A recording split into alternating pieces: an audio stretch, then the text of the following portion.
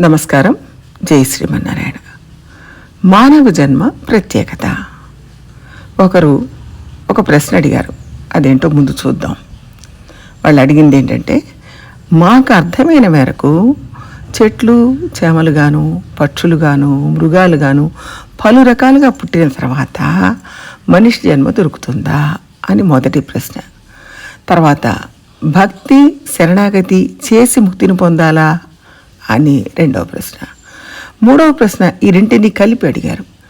అదేంటంటే, అనేక జన్మలు జంతువులుగా పుట్టినప్పుడు జ్ఞానం ఉండదు, అందులోంచి మెచ్యూర్ అయ్యి క్రమంగా ఉన్నతమైన మనిషి జన్మ ఎత్తాం. ఈ జన్మలోనే భక్తి చేసి ముక్తిని పొందగలం. ఇది వాస్తవం. అయితే ఈ జన్మలోనే మనం భక్తి చేసి మోక్షాన్ని పొందాలి కదా. అలా కాక మానవ జన్మ కూడా అనేక జన్మలు ఎత్తాలి అని అంటున్నారు. మానవ జన్మ పొందిన తర్వాత కూడా ముక్తిని పొందాలన్న కోరిక లేకుండా అసలు భక్తి చేయకుండా కూడా కొందరు తిరుగుతున్నారు అని చెప్తున్నారు కదా. మనం పక్షులుగా జంతువులుగా ఉన్నప్పుడు ఈ పనే కదా చేసాం. దాని నుంచి అభివృద్ధి చెంది ఇప్పుడు మనిషిగా పుట్టాం. అయినప్పుడు మనం సహజంగానే భక్తులుగా ఉండాలి కదా. 5వ క్లాసు పాస్ అయితేనే 6వ క్లాసు పంపిస్తారు. అలాగే మన 5వ క్లాసులో పరీక్షలు పాస్ అయ్యి 6వ క్లాస్కి వచ్చాం. ఇప్పుడు మళ్ళీ పోయి 5లో కూర్చొని చదువుకుంటాను, 6వ తరగతి నేను చదవను అని ఎవరైనా అంటారా? వాడికి అక్కడ ఆ నాలెడ్జ్ ఉందని చూసే కదా పంపించారు. కాబట్టి ఇప్పుడు 6వ క్లాసే చదవాలి. అలాగే కదా ఇది కూడా. మరి ఎందుకు మనిషిగా పుట్టిన తర్వాత కూడా భక్తి చేయకుండా మూఢంగా ఉంటున్నాడు? ఇక్కడ ఏదో తేడా కనిపిస్తోంది.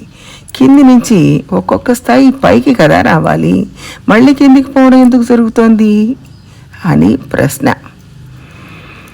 ఆచార్యులందరూ ఇంత గొప్ప జన్మ దొరికింది, అయ్యో వీళ్ళు వృధా చేస్తున్నారే అనే బాధపడ్డారు. కాబట్టి ఈ మానవ జన్మలో భక్తి చేయాలి అనేది వాస్తవం. కానీ మనం అలా చేయటం లేదు. మొదటి 2 పాయింట్లలో ఒక దోషం ఉంది. అదేమిటో చూద్దాం. అనేక జన్మలుగా చెట్లుగా, పక్షులుగా, జంతువులుగా పుట్టి తర్వాత మనిషిగా పుట్టాము అని అన్నారు. కానీ జంతువులుగా పుట్టి వాళ్ళు ఒక్క జన్మలోనే మనిషిగా పుట్టడం లేదు. మళ్ళీ మళ్ళీ అనేక జన్మలు జంతువులుగా, అనేక జన్మలు చెట్లుగా, పక్షులుగా పుట్టే అవకాశం ఉంది.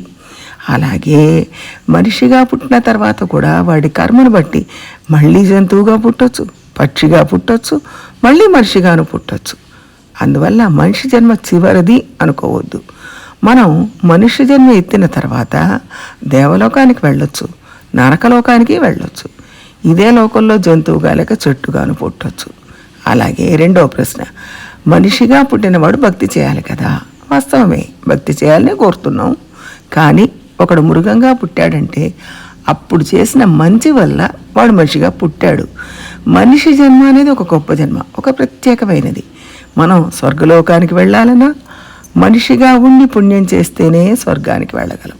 నరకానికి వెళ్ళి శిక్షలు అనుభవించాలన్నా మనిషిగా ఉన్నప్పుడు చేసిన పాపాలే ఫలితాలుగానే నరకానికి వెళతాం. అలాగే చెట్టుగానో మృగంగానో పుట్టినప్పుడు చేసిన మంచికి ఫలితంగా మనిషిగా జన్మ దొరుకుతుంది. మనిషిగా ఉన్నప్పుడు చేసిన పాపపుణ్యాల ఫలితంగా మళ్ళీ చెట్లుగా, జంతువులుగా, పక్షులుగా పుడుతూనే ఉంటాం. ఆయా దోషాలకు తగ్గట్టుగా జన్మ దొరుకుతూ ఉంటుంది. అంటే ప్రధానమైంది మానవ జన్మ. ఈ జన్మలో తీసుకునే నిర్ణయాలు, ఈ జన్మలో చేసిన పాపపుణ్యాలు తర్వాతి జన్మను నిర్ణయిస్తాయి. అందువల్లే అతి ముఖ్యమైన జన్మ మానవ జన్మ అని చెప్పారు. ఇది ఒక ప్రత్యేకమైన స్థాయి.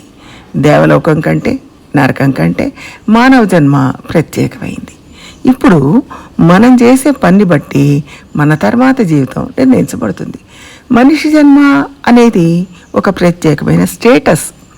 ఇప్పుడు మనం చేసే మంచి పుణ్యం అవుతుంది, మనం చేసే దోషాలు పాపాలు అవుతాయి. ఇతర జన్మల్లో చేసే కర్మల వల్ల పెద్ద ప్రయోజనం ఉండదు. ఇవి అన్నీ ఎట్లా అంటే మానవ జన్మ వలన దొరికేవి, మానవ జన్మ ఫలితంగా దొరికేవి. ఆ ఫలితం అనుభవించడానికే మళ్ళీ మళ్ళీ పుడుతూ ఉంటాం. అనాది కాలంగా మనం ఏమేమి కూడబెట్టామో అందులోంచి ఒక ప్రయోజనాన్ని, ఒక ఫలితాన్ని అనుభవించడం కోసం ఇక్కడ పుట్టాం. అది అయిపోగానే మళ్ళీ మిగిలిపోయిన కర్మ ఫలితం అనుభవించడానికి పుడతాం. ఇలా మళ్ళీ మళ్ళీ మనం పుడుతూనే ఉంటాం, పోతూనే ఉంటాం. కాబట్టి ఈ సర్కిల్ నుంచి మనం బయటపడాలి అంటే మళ్ళీ పుట్టకూడదు అనే భావన మనకు కలగాలి. ఆ భావన వచ్చిన తర్వాతే మోక్షానికి పోవడానికి అవకాశం వస్తుంది. అందుకోసం ప్రయత్నం చేస్తాడు. ఆ ప్రయత్నం చేసిన వాళ్ళల్లో కొంతమందికి దొరుకుతుంది.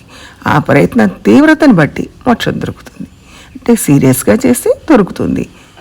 ఈ మానవ జన్మకు ఎంత ప్రత్యేకత ఉందో చూడండి. మిగిలిన ఏ జన్మకు లేని ప్రత్యేకత ఒక స్టేటస్ మానవ జన్మకు ఉంది. అంత గొప్ప జన్మ మనకు దొరికింది అని తెలుసుకుంటే ఇంతకంటే గొప్ప స్టేటస్ అయిన వైకుంఠం తప్పనిసరిగా దొరుకుతుంది. ప్రయత్నం చేద్దాం. జై శ్రీమన్నారాయణ.